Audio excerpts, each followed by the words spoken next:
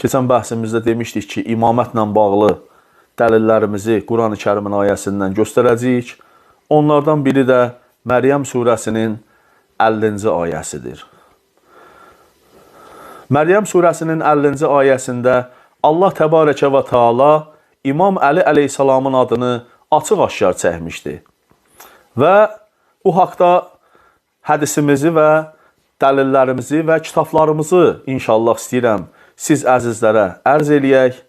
Çünki qardaşlar xahiş eləmişdilər ki, bu mövzuda təfsir alimlərinin rəylərini və bu mövzuda gələn hədisi də zikr eləyim ki, ta ki, heç kim üçün qaranlıq qalmasın. Mən də o qardaşlarımızın xahişini nəzərə alaraq həm təfsir alimlərimizin, həm hədis alimlərimizin, həm də imamdan gələn bizə təfsirlə inşallah siz əzizlərin xidmətinə ərz eləyim. Və bu günləri mən sizə tam yəqinliklə deyirəm ki, Məryəm surəsinin 50-ci ayəsinin tərcümədə verdikləri tərcümə tamamilə yanlışdır. Və kimlər ki, ərəb dilini bilmirlər, onların bu ayə haqqında hansısa bir ehticac eləməyə haqları da çatmır. Çünki bəzən yazırlar ki, mən oxudum, orada elə şey yoxdur. Mən də deyirəm ki, ay gözəl insan, sən gedib tərcüməni oxuyursan, tərcümədə bu yoxdur. Mən isə sənə Quranın orijinalından birbaşa ərəbcəsindən oxuyuram. Əgər ərəbcəsini bilən varsa da, mənim nə dediyimi inşallah onlar tamamilə anlayacaqlar. Bu ayə haqqında 2 dənə təfsir gəlmişdi. Təfsirin birində gözəl söz kimi tərcümə eləmişdilər.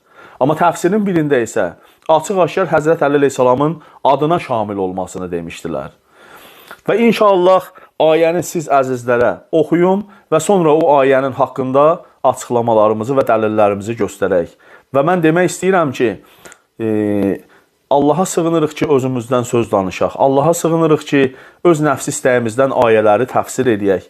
Peyğəmbər sallallahu aleyhi və aleyhin sözünü heç vaxt unutmamalıyıq ki, mən fəssərəl Qur'anə birəyih, kim Qur'anı öz başına, öz rəyindən, öz nəfsindən, öz fikirlərinə görə təfsir eləsə, Peyğəmbərimiz buyurur ki, indidəndən cəhənnəmdəki oturacaq yerini hazırlasın. Onun oturacaq yeri cəhənnəmdir.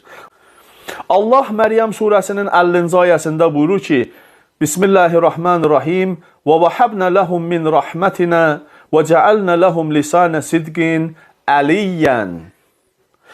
Biz onlara öz rəhmətimizdən bəxş elədik və onlar üçün qərar verdik, doğru danışan, təsdiqləyən dil əlini.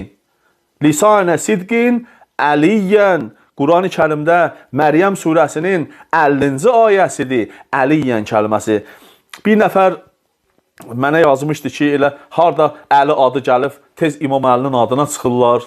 Yəni, Əli yazılıb ki, yox, ona görə deyil. Burada Əli yazılıb deyə İmam Əlinin adına çıxmırıq. Burada İmam Əlinin adından bağlıdır deyə İmam Əlidən danışırıq. Lisanə sidqin əliyyən.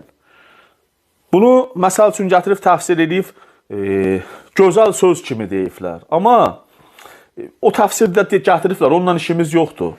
Məryəm surəsinin 50-ci ayəsinin təfsirində gətirir ki, onlara öz rəhmətimizdən bəxş elədik. Rəhmət Rasulullahdır və lisanə sidqin əliyyən, Əli də Rasulullahı təsdiq edən, onun şəriətini təsdiq edib, qiyamət gününə qədər yaşadandır.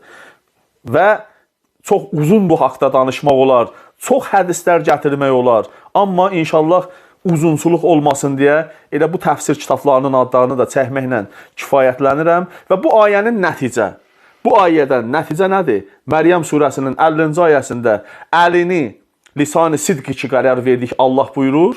İmamın da hədisindən göstərdik ki, bunu imamlar deyir, bunu təfsir alimlərimiz deyir.